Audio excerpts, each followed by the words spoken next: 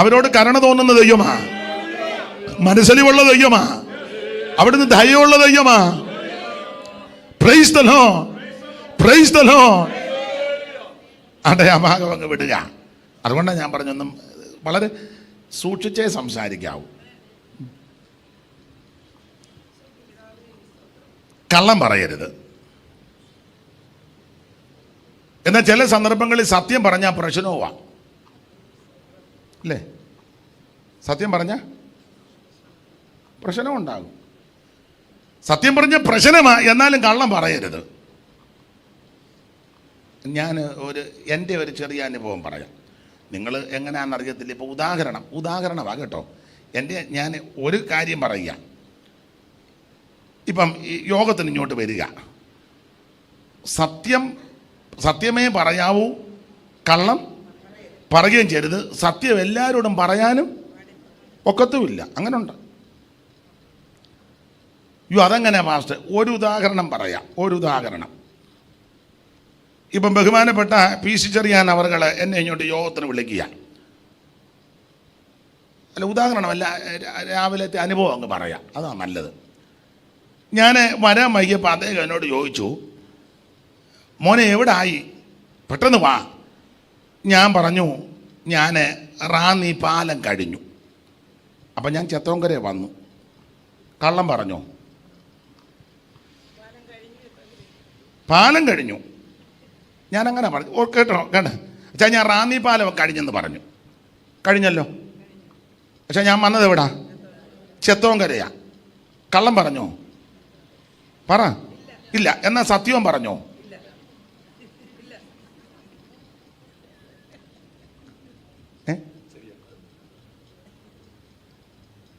ചെത്തോങ്കരയാന്ന് ഞാൻ സത്യം പറഞ്ഞാൽ, അഥവാ ഇങ്ങോട്ട് ചെത്തോങ്കര പമ്പിൻ്റെ അവിടെ വരുമ്പോൾ ഒരു ബ്ലോക്ക് ആകും. ഉദാഹരണമാണ്, ഒരു ബ്ലോക്ക് വന്നു, 5 മിനിറ്റ് പെട്ടു. അപ്പോൾ അച്ചായൻ പിന്നെയും വിളിക്കും, മോനെ ചെത്തോങ്കരയിൽ നിന്ന് ഇവിടെ വരാൻ 2 മിനിറ്റ് വേണ്ട, പിന്നെ നീ എവിടെ വല്ലയിടത്തും കയറിയോ? മറുപടി പറയണ്ടേ? പറ. ആ, ഞാൻ കള്ളം പറഞ്ഞോ? ഈ യോഗത്തിന് വന്നുകൊണ്ട് അത്രയും ഒരു കാര്യം മനസ്സിലായില്ലേ? അതിനാ യോഗത്തിന് വരണമെന്ന് നീ പറയാൻ. കള്ളം പറയരുത്. ചില സന്ദർഭങ്ങളിൽ നമ്മൾ സത്യം പറഞ്ഞ പ്രശ്നമാണെങ്കിൽ ഒന്നെങ്കിൽ അങ്ങ് മിണ്ടാതിരുന്നേക്കണം. ഞാൻ പിന്നെ പറയാം. എന്നാലും കള്ളം പറയരുത്. റാഹേൽ കള്ളം പറഞ്ഞു, പറഞ്ഞ വിഷയത്തിലൊടുവിൽ പിടികൂടി. നമ്മുടെ വിഷയം അതല്ലാത്തതുകൊണ്ട് ഞാൻ ആ ഭാഗത്തേക്ക് പോകുന്നില്ല. പക്ഷേ റാഹേലിനോട് ദൈവത്തിൻ്റെ ഒരു നീതി ഉണ്ടായിരുന്നു. വേദപഠിതാക്കളും ഇതിനെപ്പറ്റി നന്നായിട്ട് അപഗ്രഥിച്ച് പഠിച്ചവർ പറയുന്നത് റാഹേലിനെ അടക്കിയ സ്ഥലത്താണ് യേശുവിനെ പ്രസവിച്ചെന്നാണ്. കാരണം കൂടെ പറയാം. അനുദപിച്ച് നിലവിളിച്ച് മനസ്താപപ്പെട്ട് ഏറ്റു പറഞ്ഞ് ഉപേക്ഷിക്കുന്ന ആരെയും ദൈവം തള്ളിക്കളയത്തില്ല. ലോകരക്ഷകൻ്റെ തിരുപ്പറവി ആ സ്ഥലം, അത് വാക്യങ്ങളുണ്ട്. ഇപ്പോൾ ആ ഭാഗത്തേക്ക് പോകുന്നത് നമ്മുടെ വിഷയമല്ല. ദൈവത്തിൻ്റെ മഹത്വം. കള്ളം പറയരുത്. അപ്പോൾ ഈ റാഹേല് ഇങ്ങനെയൊക്കെ കള്ളം പറഞ്ഞത് കൊണ്ട് അബദ്ധമായി. അപ്പം ഈ യാക്കോബിനെ ഇവർ നാറ്റിച്ചു, ദേശത്ത് നാറ്റിച്ചു. ഈ അവരുടെ വാളുകൾ സാഹസത്തിൻ്റെ ആയുധങ്ങൾ, എന്നുള്ളമേ അവരുടെ മന്ത്രണത്തിൽ കൂടരുത് അവരുടെ യോഗത്തിന്. അപ്പം ഇവർ രണ്ടൊരു ഗ്രൂപ്പാണ്, ശിമയോനും ലേവിയും. ഇവർ രണ്ടും വലിയ പുള്ളിക്കാരാ. അതുകൊണ്ടാണ് തമ്പുരാൻ ദൂത് പറഞ്ഞത്, ഞാൻ അവരെ 2 പേരെയും കൂടെ പകുക്കും. ആ വാക്യം ഒന്നുകൂടെ വായിച്ചോ അമ്മ. ഞാൻ അവരെ യാക്കോബിൽ പകുക്കും. പകല് വിശദീകരിച്ചത് കൊണ്ട് ആ പോയിന്റ് നിൽക്കില്ല എന്ന് പറഞ്ഞാൽ ഇവന്റെ 2ന്റെ ഗ്രൂപ്പ് ഞാൻ പൊളിക്കും. ഇവർ 2 കൂടെ അല്ലേ ഈ കൊന്ത്രാക്കൊള്ളിയല്ല ഒപ്പിക്കുന്നേ. ശേഖേമരെ വെട്ടാൻ പോയതും വടിവാളെടുത്തതും അപ്പനോട് ചോദിക്കാതെ പോയതും മറ്റ് സഹോദരന്മാരോട് കൂട്ടായ്മയില്ലാതിരുന്നതും ഇവർ 2 വലിയ സൂത്രക്കാരല്ലേ, മിടുക്കന്മാരല്ലേ. അപ്പൊ തമ്പുരാൻ പറഞ്ഞു, ഇവരെ 2 പേരെ ഞാൻ പകുക്കും. അതാ ഞാൻ പകല് പറഞ്ഞ പോയിന്റ് പറയാ. നമ്മൾ പകുക്കാൻ നിൽക്കണ്ട, നമ്മൾ ഉടക്കാൻ നിൽക്കണ്ട, നമ്മൾ അടിയന്തര കമ്മിറ്റി ഒന്നും കൂടണ്ട, നടപടി ഒന്നും നമ്മളായിട്ട് എടുക്കണ്ട. മേപ്പോട്ട് കൊടുത്താൽ മതി, മുകളിൽ ഇരിക്കുന്നവൻ അത് പകുത്തങ്ങ് തരും. ഞാൻ എൻ്റെ ചെറിയ അനുഭവത്തിൽ നിന്ന് പറയാം. എൻ്റെ ജീവിതത്തിൽ എന്ത് പ്രശ്നം വന്നാലും ഞാൻ മറുപടി പറയത്തില്ല, എതിർക്കത്തുമില്ല, ഉടക്കത്തുമില്ല. അവരെ കാണുമ്പോൾ ഞാനങ്ങ് സന്തോഷിക്കും. പിന്നെ ആര് പറയാതെ ഞാൻ മേപ്പോട്ട് കൊടുക്കും, ആരോടും പറയത്തുമില്ല. ദോഷം ചെയ്യുന്നവനെ ഞാൻ കാണുമ്പോൾ കൈ കൊടുക്കുക, അത് നല്ല രീതിയിലാണ് കൊടുക്കുന്നത്. എൻ്റെ കൂടെയുള്ള ചില പറഞ്ഞ് എങ്ങനെ പറ്റുന്നെന്ന്. ഞാൻ പറഞ്ഞത് പറ്റുന്നില്ല, പിന്നെ ഈ പുസ്തകമായിട്ട് നടന്നിട്ട് വലിയ തേരാപ്പാര അങ്ങോട്ടും ഇങ്ങോട്ടും ഇതായിട്ട് അല്ല. ഇങ്ങനെയുള്ള വിഷയം പ്രസംഗിക്കുമ്പോൾ എനിക്ക് നല്ല പ്രാഗൽഭ്യവുമാ, എനിക്ക് ചൂളിച്ച വരുന്നില്ല.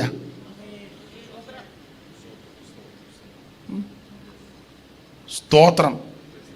ദോഷം ചെയ്യത്തുമില്ല, പറയത്തുമില്ല. നല്ല പ്രാഗൽഭ്യത്തോടാണ് പ്രസംഗിക്കുന്നത്, പറയത്തില്ല. അവരെ കാണുമ്പോൾ ഞാൻ കയ്യും കൊടുക്കും. സ്തോത്രം. ഞാൻ ആ ഭാഗത്തേക്കൊന്നും പോകുന്നില്ല, വെറുതെ എന്തിനാ. നിന്നെ അറിയുന്നൊരു ദൈവമുണ്ട്. സ്തോത്രം. അതാ ഞാൻ പറഞ്ഞ, നമ്മൾ പകുക്കാൻ പോകണ്ട, നമ്മൾ സൂത്രമൊന്നും ഒപ്പിക്കണ്ട. ദൈവത്തിന് മകത്വം, ദൈവം പകുക്കും. അതാണ് അവിടെ വെക്കുന്നത്. ഞാൻ യാക്കോബിൽ അവരെ പകുക്കും. ഈ തമ്പുരാന്റെ ആലോചന ആയതുകൊണ്ട് വർഷങ്ങൾ കഴിഞ്ഞാലും ദൈവം പകുത്തു. പകുത്തത് എങ്ങനെയാണെന്ന് ചോദിച്ചാൽ, ഇവർ ഗ്രൂപ്പല്ലേ, ദൈവം അത് പൊട്ടിച്ചു, പകുത്തത് നാളുകൾ കഴിഞ്ഞ് ഇവരെ മരുഭൂമിയിൽ പ്രയാണം ചെയ്ത് വരുമ്പോൾ തമ്പുരാൻ മോശയോട് പറഞ്ഞൊരു കാര്യം ചെയ്യും. ഇത്ര ലക്ഷക്കണക്കിന് ജനമല്ലേ, ഇതെല്ലാം കൂടി ഇങ്ങനെ ഈ ക്രമമില്ലാതെ പോയാൽ ഒക്കത്തില്ല, നമുക്ക് പാളയം തീർക്കണം. 4 പാളയം. ഏതൊക്കെ പാളയം? 4 പാളയം. യോ, മൊത്തം എത്ര ഗോത്രമാ? 12. അപ്പൊ 4 പാളയം. ഒരു പാളയത്തിൽ 4 ഗോത്രം. 4 ഗോത്രത്തിൽ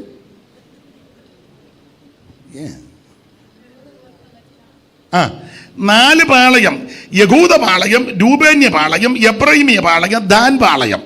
4 പാളയം. ഒരു പാളയത്തിൽ 3 ഗോത്രം വെച്ച് ഇവനെ ക്രമീകരിക്കാൻ പോകുകയാ. ലക്ഷക്കണക്കിന് ജനമാ. സാധാരണ എത്രയാ കണക്ക് പറയുന്നേ? കാലാള് തന്നെ 600,000 കൂട്ടത്തെ ചിറകിൽ വാഗിച്ചവൻ കൂടെ ഉണ്ട്. 600,000 കൂട്ടത്തെ ചിറകിൽ. അപ്പോൾ 600,000. 600 എന്ന് പറഞ്ഞാൽ 6 ലക്ഷം. കാലാള് തന്നെ. എല്ലാം കൂടെ കുഞ്ഞും പെണ്ണും പെടക്കോടിയും കുഞ്ഞും പെറുങ്ങണിയും എല്ലാം കൂടെ 30 ലക്ഷമൊന്നും അല്ല, അതിൽ കൂടുതലാണ്. അപ്പോൾ ഇതെല്ലാം കൂടെ ഇങ്ങനെ ഓർഡർ തെറ്റിയാൽ ഒക്കത്തില്ല, ഓർഡർ വേണം. അതുകൊണ്ട് 4 പാളയം തീർക്കണം. യഹൂദ പാളയം, രൂബേന്യ പാളയം, എബ്രഹീമിയ പാളയം, ദാൻ പാളയം. ഒരു പാളയത്തിൽ 3 ഗോത്രം വെച്ച്. അപ്പൊ തമ്പുരാൻ പകുക്കുക, ദൈവം പകുക്കുക. ആർക്കും മിണ്ടാനൊക്കത്തില്ല. 49:7 പറഞ്ഞ് ഞാൻ ഇവരെ പകുക്കും. ദൈവം പകുത്തു. ദൈവം പകുത്താൽ ആരും മിണ്ടാനാ? ഒറ്റ അക്ഷരം മിണ്ടിയില്ല. തമ്പുരാൻ പകുത്തപ്പോൾ ഈ ശിമയോനും ലേവിയുമാണല്ലോ ഗ്രൂപ്പ് അല്ലേ? അതെ, തമ്പുരാൻ പകുത്തു. ആദ്യം യഹൂദ പാളയം അങ്ങോട്ട് കയറി വരാൻ പറഞ്ഞു. യഹൂദ പാളയത്തിൽ അങ്ങോട്ട് പാളയത്തിന്റെ ക്രമീകരണം വായിച്ച 2:1 സംഖ്യാപുസ്തകം 2:1. യഹൂദ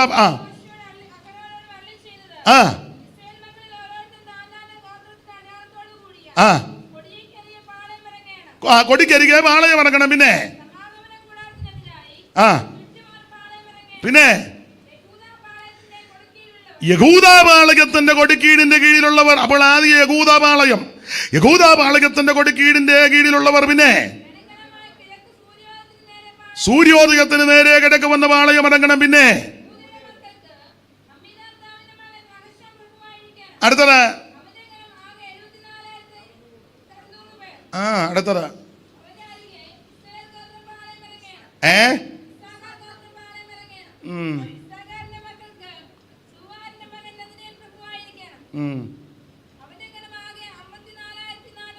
അടുത്തത് മതി.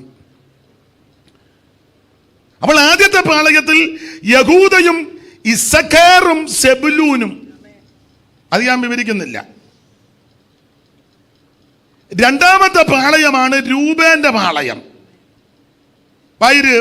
പത്താം ആ കണ്ണിക തുടങ്ങുന്നത് രൂബേൻ പാളയത്തിന്. അപ്പൊ രൂബേന്റെ പാളയം തീർക്കുക. അപ്പൊ ഈ ഇങ്ങോട്ട് നോക്കിയേ, എല്ലാവരും ഞാറ് പറിക്കും പോലെ കുഴിഞ്ഞു കിടക്കുന്നത്. ഇങ്ങോട്ട് നോക്ക്, ഏതായാലും വായിക്കുന്നില്ല. ഈ രണ്ടുപേരാ വായിച്ചു തരുന്നത്. നിങ്ങൾ എന്നെ നോക്ക്, കാണാനൊന്നും ചോവില്ലെങ്കിൽ ഇങ്ങോട്ട് നോക്ക്. അപ്പൊ രണ്ടാമത്തെ പാളയം രൂബേൻ. ദൈവം പകുക്കുക രൂബേന്റെ പാളയം. ദൈവം വിളിക്കുന്നതുകൊണ്ട് ആർക്കും എതിർക്കാനൊക്കത്തില്ല. അപ്പൊ എല്ലാം ഇങ്ങനെ കലാപുലി പോലെ നിൽക്കുകയല്ലേ. തമ്പുരാൻ പറഞ്ഞു രൂപേൻ ഇങ്ങോട്ട് കയറി വരാൻ പറഞ്ഞു. രൂപേനും അവൻ്റെ ഗണങ്ങളെല്ലാം കൂടെ കയറി വന്ന് പാളയത്തിലോട്ട് കയറ്റി. അപ്പൊ രൂപേൻ അങ്ങോട്ട് കയറി കഴിഞ്ഞപ്പോൾ അടുത്തത് വിളിച്ചത് ശിമയോനാ, 12. ശിമയോൻ. അപ്പൊ രൂപേന്റെ പാളയത്തിലടുത്തത് ശിമയോനെ വിളിച്ചു. ശിമയോൻ വരാൻ പറഞ്ഞു. ശിമയോൻ ഇങ്ങോട്ട് നോക്കിയേ. ശിമയോനെ വിളിക്കുമ്പോ ഇനി അടുത്തത് ന്യായമായിട്ട് ആരെയാ വിളിക്കണ്ടേ? ലേവിയെ വിളിക്കണം. പക്ഷെ വിളിച്ചതാരാ? 14. ഗാദ്. അമ്മാമ്മ ഇവിടെ എപ്പോഴും ആരെയാ വായിച്ചത്? എപ്പോഴും കണ്ട് വായിച്ച പോലെ എനിക്ക് തോന്നി.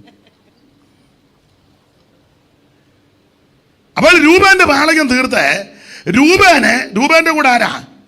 ശിമയോൻ. ശിമയോന്റെ കൂടെ ഗാദ്. അപ്പം രൂപേനും ശിമയോനും ഗാദും ന്യായമായിട്ട് ഗ്രൂപ്പ് വെച്ചാൽ ലേവീനെ ഞാൻ വിളിക്കേണ്ടത്. വിളിച്ചില്ല, തമ്പുരാൻ പകുത്തു. ദൈവം പകുത്തു. ദൈവം പകുത്താൽ അതിനെ ആരാ കോല് വെക്കാൻ വരുന്നേ? വെച്ചാ ഏക്കുവോ? നമ്മൾ പകുക്കണ്ട, നമ്മൾ ഉടക്കുകയും വേണ്ട. നീ മുഴങ്കാലിലിരുന്ന് ഉപവസിച്ച് പ്രാർത്ഥിച്ചാൽ മതി. നിനക്ക് വേണ്ടി ദൈവം പ്രതിക്രിയ നടത്തി രക്ഷിക്കും. നിന്റെ കൂടെ ചിലപ്പോൾ നിൽക്കാൻ ആരും കാണുകയല്ല. ആശ്വാസം പറയാനോ സഹായിക്കാനോ ഒത്താശ പറയാനോ അവ ഒന്നും കാണുകയല്ല. നീ ചഞ്ചലിക്കരുത്, നിരാശപ്പെട്ടു പോകരുത്. മുഴങ്കാലും വലിക്കാൻ സമയമാകുമ്പം ദൈവം പകുക്കും. Praise the Lord. ഗ്രൂപ്പ് പൊട്ടിച്ചെന്ന്. അപ്പൊ രൂബേനും ശിമയോനും ഗാദും. ഗാദോ കവർച്ചപ്പടയവന് ഞെരുക്കുമെന്ന്. ആ ഭാഗത്തേക്കൊന്നും ഇപ്പൊ തൊടുന്നില്ല. ദൈവം അത് പകത്തു. ലേവി ഈ ശിമയോനെ വിളിച്ചപ്പോൾ ലേവി ഇങ്ങനെ എൻ്റെ ഭാഷ പറഞ്ഞ ടൈയും കോട്ടും എല്ലാം കെട്ടി ഷൂ ഒക്കെ ഇട്ട് നിൽക്കുക. ഇപ്പം എന്നെ വിളിച്ചില്ല. ഗാദിനോട് പറഞ്ഞു കയറിക്കോളാൻ പറഞ്ഞു. ഓ ലേവി നോക്കി നിൽക്കുക. ലേവിയോടും ദൈവത്തിന് കാരണമുണ്ട്.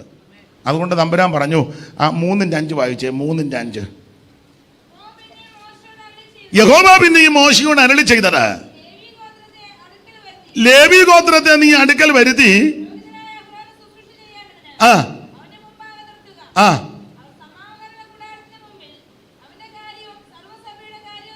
അവൻ സമാഗമന കൂടാരത്തിന്റെ മുൻപിൽ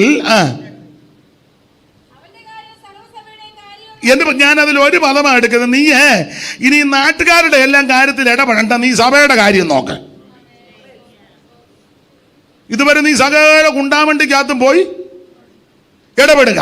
പെങ്കൊച്ച് അങ്ങോട്ട് ഓടി, ആങ്കൊച്ചൻ ഇങ്ങോട്ട് പോയി, അവിടെ ചെന്ന് ഇവിടെ ചെന്ന് മുഴുവൻ പ്രശ്നം പരിഹരിച്ച് നീ അതൊക്കെ അങ്ങ് നിർത്തേ. ഇനി നിനക്ക് എത്ര നാൾ ഉണ്ടെന്നൊന്നും അറിയത്തില്ല. ചിലരുടെ നോട്ടം ഇരിപ്പം കണ്ടിട്ട് ഈ ആഴ്ച തയ്ക്കുകയല്ലെന്നും പറഞ്ഞാൽ ഒരു കുഴപ്പവും വരികയല്ല. അല്ല, ഇരിപ്പ് കാണുമ്പോൾ അങ്ങനെ തോന്നും. പക്ഷേ ഞാൻ ഈ ആഴ്ച തയ്ക്കുമെന്ന് ഒരു കുഴപ്പവും നിങ്ങൾക്ക് വരികയല്ല. അതുകൊണ്ട് സന്തോഷിച്ചങ്ങ് ഇരുന്നു, കുഴപ്പമൊന്നും വരികയല്ല. അപ്പം ഇനി ഞാൻ നിങ്ങൾ ഈ ഭൂമിയിൽ എത്ര കാലമുണ്ടെന്ന് നമുക്ക് നിർണ്ണയിക്കാനൊക്കത്തില്ല. പിന്നെ ഞാൻ എപ്പോഴും പറയും, ഈ മരിക്കുന്നത് എപ്പോഴാണെന്ന് എല്ലാവർക്കും ഒന്നും കൃത്യം അറിയത്തില്ലെങ്കിലും എൻ്റെ ഭാഷ പറഞ്ഞാൽ മരണത്തിൻ്റെ മണമടിക്കും. മരണത്തിൻ്റെ ചെറിയ മണമടിക്കും. അന്നേരം നന്നായിട്ട് ഒരുങ്ങിക്കോണം. എൻ്റെ കൂടെയുള്ള ശിവപാസ്റ്ററുണ്ട്. ശിവപാസ്റ്ററുടെ പെങ്ങളെ വിവാഹം ചെയ്തേക്ക്. അവർ കുറ്റൂരാണെങ്കിലും കണ്ണൂരാ ശുശ്രൂഷിക്കുന്നത്. ഞാനെപ്പോഴും പറയും, അവിടുത്തെ അപ്പച്ചനെ അടുത്ത കാലത്ത് ഞാൻ കണ്ണൂർ പോയപ്പോൾ കണ്ടു. 92 വയസ്സ് കണ്ടുണ്ടായിരുന്നു തോന്നുന്നു. അമ്മച്ചി കിടപ്പില്ല. അപ്പച്ചനാ ശുശ്രൂഷിക്കുന്ന അമ്മച്ചിയെ. മക്കളും ഉണ്ട്, 2 ആൺപിള്ളേർ, 2 പേരും സുവിശേഷ വേലക്കാരാണ്. അപ്പോൾ ഞാനിവിടെ ചെന്ന് കണ്ടു. പകലത്തെ മീറ്റിങ്ങും വൈകിട്ടത്തെ കൺവെൻഷനും ഒക്കെ ഉണ്ടായിരുന്നു. അപ്പം അപ്പച്ചൻ വളരെ ഉത്സാഹത്തോടാണ് നിൽക്കുന്നത്. നല്ല ചാടി ഇറങ്ങുകയും കയറുകയും കൊടുക്കും. അപ്പോൾ ഇടയ്ക്ക് മൊബൈൽ കൊണ്ടു ഞാൻ എന്നെ കാണിച്ചു കഴിഞ്ഞാൽ ഞാൻ എപ്പോഴും കേൾക്കും. നല്ലൊരു അപ്പച്ചനാണ്. നല്ല മുഖത്തൊക്കെ ഒരു പ്രസാദവും നല്ല സംസാരവും. 92 ഉണ്ടെന്നൊന്നും പറയത്തില്ല. അപ്പോൾ അപ്പച്ചനെ കണ്ട് പ്രാർത്ഥിച്ച് ഞങ്ങൾ തിരിച്ചു പോന്നു. വലിയ സങ്കടമായി പോയി. ചില ദിവസം കഴിഞ്ഞപ്പോൾ ഈ അപ്പച്ചൻ മരിച്ചു. അപ്പം ഞാൻ പിന്നീട് ആ സമയത്ത് ഞാനിവിടെ ഇല്ലായിരുന്നു. അതുകൊണ്ട് അടക്കത്തിന് പോകാനൊത്തില്ല. അത് കഴിഞ്ഞ് മകനെ കണ്ടു. അപ്പം ഞാൻ വിവരം ഒന്ന് ചോദിച്ച പറഞ്ഞു, അയ്യോ മരിക്കുന്നതിൻ്റെ തലേന്ന് ഒരു കുഴപ്പമില്ലായിരുന്നു. തലേ ദിവസം മരിക്കുന്നതിൻ്റെ 2 ദിവസം മുമ്പ് മദ്രാസിൽ നിന്ന് മൂത്ത മോന അദ്ദേഹവും വന്നു. അപ്പം ഭക്ഷണം കഴിച്ചുകൊണ്ടിരുന്നപ്പോൾ ആൺപിള്ളേരോട് പറഞ്ഞു, എടാ ഇച്ചിരി കാശുമൊക്കെ കരുതിക്കൊണ്ട് ഒരു പെട്ടിയൊക്കെ കരുതി വെച്ചോണമെന്ന്. 2 ദിവസം മുമ്പ് പിള്ളേരോട് പറഞ്ഞു ഒരു പെട്ടിയൊക്കെ റെഡിയാക്കിക്കൊണ്ട് ഇച്ചിരി കാശും ഒക്കെ കരുതിക്കോണം. അപ്പം പിള്ളേർ ചോദിച്ചാൽ അതിനാ പോകാറായെന്ന് പറഞ്ഞു. ഒരു കുഴപ്പമില്ല, ഓടി നടക്കുക. പിള്ളേർ പറഞ്ഞ് എന്തോ അപ്പം ആവശ്യമില്ലാതെ. അപ്പം അമ്മച്ചി ആ കിടപ്പം അമ്മച്ചി പോകുമെന്നാ. അതിൻ്റെ 2 ദിവസം കഴിഞ്ഞ് രാവിലെ കുളിയെല്ലാം കഴിഞ്ഞ് ആൺപിള്ളേരും അപ്പനും കൂടെ ബ്രേക്ക്ഫാസ്റ്റ് കഴിക്കുക. രാവിലെ പ്രഭാത ഭക്ഷണം കഴിച്ചുകൊണ്ടിരുന്നപ്പോൾ അപ്പച്ചൻ പറഞ്ഞു, മരുമകളോട് പറഞ്ഞു, മോളെ ഉച്ചയ്ക്ക് ഭക്ഷണം വേണ്ട, ഉച്ചയ്ക്കത്തെ ഭക്ഷണം മേളിലാന്ന്. അപ്പം ഈ പിള്ളേരങ്ങ് ചിരിച്ചു. ഒരു കുഴപ്പമില്ല. അപ്പച്ചൻ പറഞ്ഞ് ഉച്ചയ്ക്ക് ഭക്ഷണം വേണ്ട, ഉച്ചയ്ക്കത്തെ ഭക്ഷണം മേളിലാന്ന്. അപ്പച്ചൻ്റെ ഭാഷാശൈലിയാണ്. 12:35 മരിച്ചു.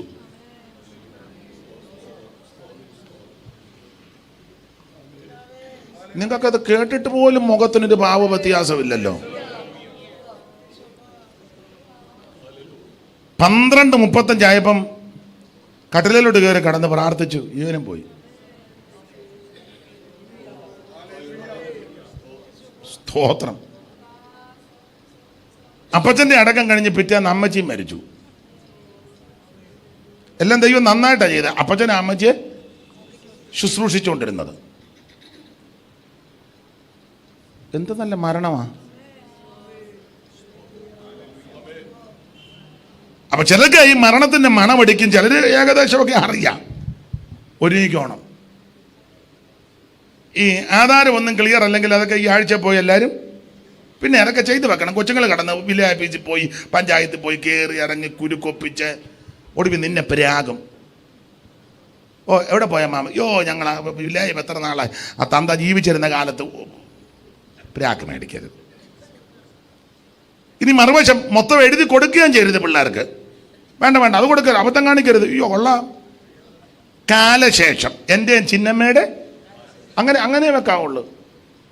അങ്ങനെ വെക്കാവൂ. ജോഡി ഞാൻ ഗുണമുള്ള കാര്യമാണ് പറഞ്ഞു തരുന്നേ. മോനാ ചായ.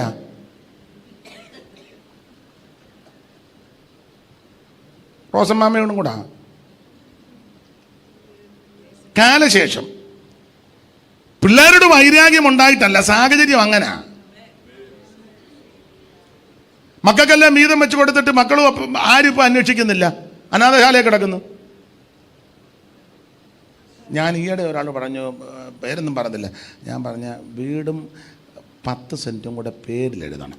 എന്നിട്ട് വെണ്ടർക്കറിയാം, അവർക്ക് ആധാര ഭാഷയുണ്ട്, അവരെ കൊണ്ട് എഴുതിപ്പിക്കണം. എന്നെ നന്നായിട്ട് നോക്കുന്നവർക്കായിരിക്കും. അല്ല നോക്കുന്നവർ ഞാൻ നോക്കിയാൽ ചങ്ങ് പോകും. ആധാരം ഇടുന്നവർക്ക് ഭാഷ അറിയാം കേട്ടോ, നമുക്ക് അത്ര അറിയത്തില്ല. അവരത് നല്ല കോള് കൊള്ളിച്ച് പിന്നെ നല്ല നല്ല മിടുക്കം വെണ്ടർമാരുണ്ട്. പണ്ടൊരാൾ ആധാരം എഴുതുക, വേറൊരാൾക്ക് ആധാരം എഴുതി കൊടുക്കുക. അപ്പോൾ ചോദിച്ചാൽ കറിയാച്ച എഴുതിക്കോട്ടെ. അയ്യോ എഴുത്, അതിനല്ലയോ വന്ന് എഴുതാൻ പോവുക. എഴുതുവേ അയ്യോ എഴുത്, എത്ര നാൾ കൊണ്ട് പറയുന്നത് ഞാനിപ്പോൾ എഴുതുക. അപ്പം പിന്നെ എന്നെ താമസിക്കുന്നത്. അപ്പം പുള്ളി പറഞ്ഞ് കറിയാച്ച ഞാൻ ആധാരം എഴുതി തീർത്ത് കഴിയുമ്പം കറിയാച്ചൻ്റെ ഭാര്യ ചെറിയാച്ചനായിട്ട് വരും.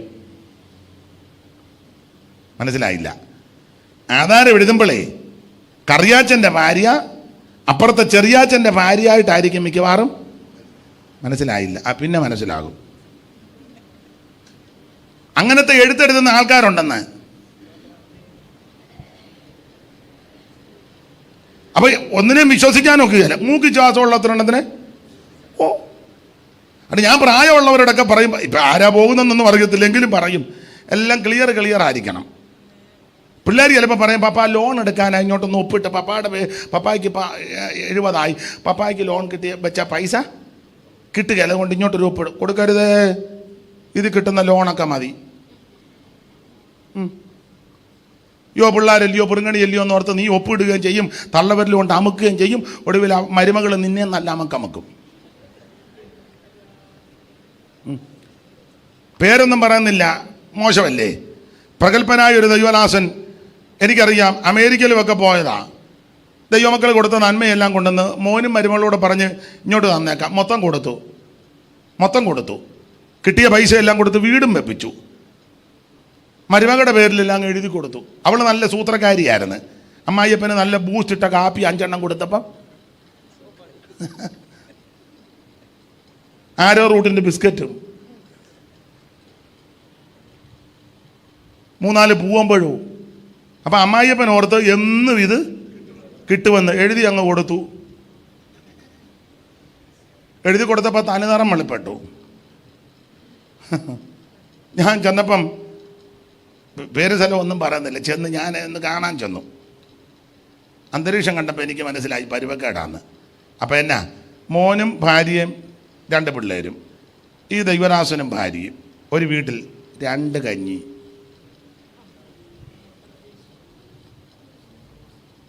ഒരു കൊച്ചു കലത്തിൽ ഉരി അരിയിട്ട് കൊച്ചമ്മയച്ചായനും, മരുമകളും മോനും 2 പിള്ളേർക്ക് അപ്പുറത്തെ കലത്തിൽ ഒരു അടുക്കളയിലെ മുള കുടച്ചതും ഉണക്കമീൻ വറുത്തതുമായിട്ട് പാസ്റ്ററും ഭാര്യയും, മീൻ കൂട്ടാനും മെഴുക്ക് പുരട്ടിയും കാച്ചിയമോരുമായിട്ട് അവർ ഡൈനിങ് ടേബിളിൽ, ഇവർ 2 പേരും ബെഡ്റൂമിനകത്ത്.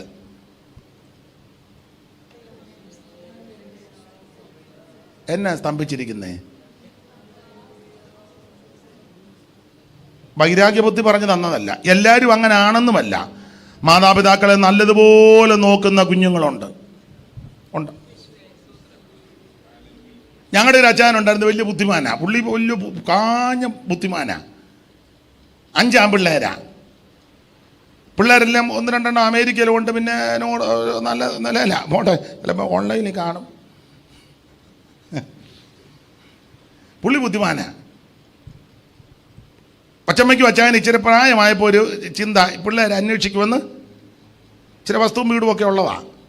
പുള്ളി ബുദ്ധിമാനായതുകൊണ്ട് പുള്ളി ലെറ്റർ എഴുതി മക്കൾക്ക്. ഞാൻ പേര് മാറ്റിയാ പറഞ്ഞത്, പേരതൊന്നുമല്ല. എൻ്റെ മൂത്ത മോൻ ജോയിക്കുട്ടി അറിയുന്നതിന്, നിൻ്റെ അപ്പച്ചൻ പേര് ഞാൻ മാറ്റുക, ചാക്കോച്ചൻ എഴുതുന്നത്, അതല്ല പേര് ഞാൻ മാറ്റിയതാണ്, ചാക്കോച്ചൻ എഴുതുന്നത്. നീയും കുടുംബവും സുഖമായിട്ടിരിക്കുന്നു വിശ്വസിക്കുന്നു. ഞാനും നിൻ്റെ അമ്മയും അത്ര സുഖത്തിലല്ല, എന്നാൽ അല്പം സുഖത്തിലാണ് പോകുന്നത്. പിന്നെ ഒരു കാര്യം അറിയിക്കാനാ, ഈ കത്ത് നീ മറ്റ് 4 പേരെ കാണിക്കരുത്. കാരണം എൻ്റെയും നിൻ്റെ അമ്മയുടെയും കാലശേഷം ഈ വസ്തുവും വീടും മുഴുവൻ നിനക്കാണ് ഞാൻ എഴുതി വച്ചിരിക്കുന്നത്. അത് ഞാൻ മരിച്ചു കഴിഞ്ഞേ നീ ഇത് അറിയിക്കാവൂ. അതുകൊണ്ട് എന്നോടും നിൻ്റെ അമ്മയോടും മാന്യമായിട്ട് പെരുമാറിക്കോണം. ഈ കത്ത് വേറെ ആര്, മറ്റവരെ 4 പേരെ കാണിക്കരുത്. 5 പേർക്കും ഇങ്ങനെ എഴുതിയത്, അതല്ലേ ബുദ്ധി? 5 പേർക്കും 5 പേരും കത്ത് കണ്ടുവച്ച് പെമ്പളയും മാപ്പിളയും കൂടെ പറഞ്ഞ് ആരെയും കാണിക്കേണ്ട, ട്രങ്കിനടി വെച്ചേക്കാൻ. 5 പേരും മാസാമാസം അന്നത്തെ കാലത്ത് 5000 രൂപ വെച്ച്, അന്ന് 25-30 കൊല്ലം മുമ്പാ, മാസാമാസം 5 10-35 കൊല്ലം മുമ്പ് 25,000 രൂപ. എന്നാ മോശമാണോ? അച്ചായനും കൊച്ചമ്മ എന്നും താറാവും കരിമീനും. നടന്നു പോയതള്ള കാറ് പിടിച്ച. അയ്യോ, ഞാൻ നിർമ്മിത കഥ പറഞ്ഞതല്ല. പേര് പറഞ്ഞ അച്ചായൻ അറിയാം, ഞാൻ പിന്നെ യോഗം കഴിഞ്ഞ് പറയാം.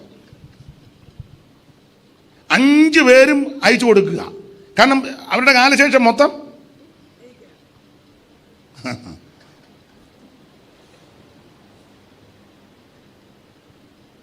രാജകീയമായിട്ട് അച്ചായനും കൊച്ചമ്മേ പിന്നെ അങ്ങനെ ഇരുന്ന് അച്ചായൻ മരിച്ചു. എല്ലാവരും വന്നു. എല്ലാവരുടെയും ഈ കത്തിരിക്കയില്ലേ, കത്തുമായിട്ടാണ് വന്നേ.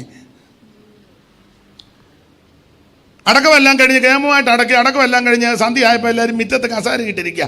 ആരും മിണ്ടുന്നുമില്ല, ആരും പോകുന്നുമില്ല. ജോയിക്കുട്ടി പോകുന്നിടത്ത് വേഗക്കുട്ടിരിക്കുക, വേഗക്കുട്ടി പോകുന്നിടത്ത് കറിയാക്കുട്ടിരിക്കുക. ആരും ഇത് പറയുന്നുമില്ലോട്ട് പോകുന്നു. സന്ധ്യ കഴിഞ്ഞപ്പോൾ വക്കീൽ വന്നു. പുള്ളിക്കറിയാമായിരുന്നു, നിങ്ങളെല്ലാവരും ഉണ്ടല്ലോ, എല്ലാവരും വേണം. ഇരുത്തി വക്കീൽ കൂടെയുള്ള പുള്ളി ഞാൻ എടുത്തുകൊണ്ട് വരാൻ പറഞ്ഞു. എടുത്തുകൊണ്ട് വന്ന് തുറന്ന് വായിച്ച് കേൾപ്പിച്ചു. 5 മക്കൾക്കും കൃത്യമായിട്ടാണ് എഴുതി വെച്ചേക്കുന്നത്. 1/2 സെൻറ്റ് കൂടുതലുമില്ല, കുറവുമില്ല.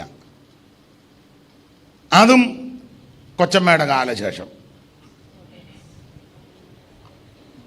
അങ്ങനെയുള്ള അല്ല, നിങ്ങൾക്ക് ഇപ്പം യോഗത്തിന് വന്നുകൊണ്ട് അത് ബുദ്ധിയായേ ഇല്ലേ?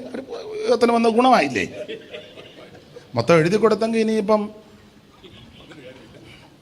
അല്ല, ഇപ്പം ഏതാണ്ട് വേറെ വകുപ്പുണ്ട്, തിരിച്ചെഴുതിക്കാനും ഏതാണ്ടുണ്ട്.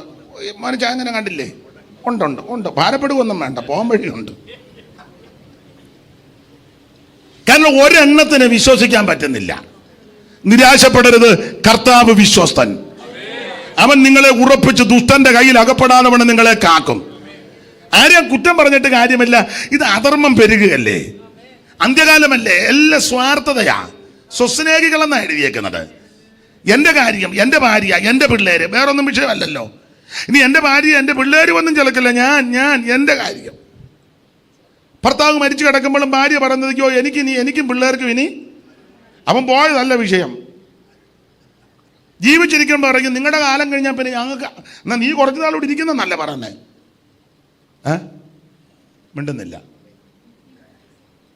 നിങ്ങളിങ്ങനെയൊക്കെ ജീവിച്ചാൽ നിങ്ങളുടെ കാലം കഴിഞ്ഞാൽ ഞാനും പിള്ളേരും നിങ്ങൾക്കൊന്നും അറിയാൻ മേല. സ്തോത്രം. എന്നാൽ തിരിച്ചൊന്ന് പറ, ദീർഘായുസ് തരും, ഒരു കുഴപ്പവും വരികയല്ല, ദൈവം അച്ചായനെ ബലപ്പെടുത്തുക. അങ്ങനെ പറ. ഇത് അതല്ല പറഞ്ഞത്, നിങ്ങളുടെ കാലം കഴിഞ്ഞാൽ. അപ്പോൾ പുള്ളി എത്രയും പെട്ടെന്ന് നിങ്ങൾക്ക് മനസ്സിലാകാതെയാണോ പാസ്റ്റർ അവൾ കൂടെ പറയുന്ന കാര്യമാണ് പാസ്റ്റർ പറയുന്നത്? അല്ല, ഇരിപ്പ് കാണുമ്പോൾ എനിക്ക് തോന്നുക ആർക്കും ഒരു ദോഷവും വരികയില്ല. പക്ഷെ ഇവിടെ സ്വസ്നേഹികളും വമ്പ് പറയുന്നവരെല്ലാം സ്വാർത്ഥതക്കാരാ. അതുകൊണ്ട് ഞാൻ കയറി ഇത്രയും പറഞ്ഞതുള്ളൂ. വിട്ടേക്കാം, നമുക്ക് ആ വിഷയം വിട്ടേക്കാം. ദൈവത്തിന് മഹത്വം ഉണ്ടാക്കട്ടെ. ദൈവം പകുത്തു.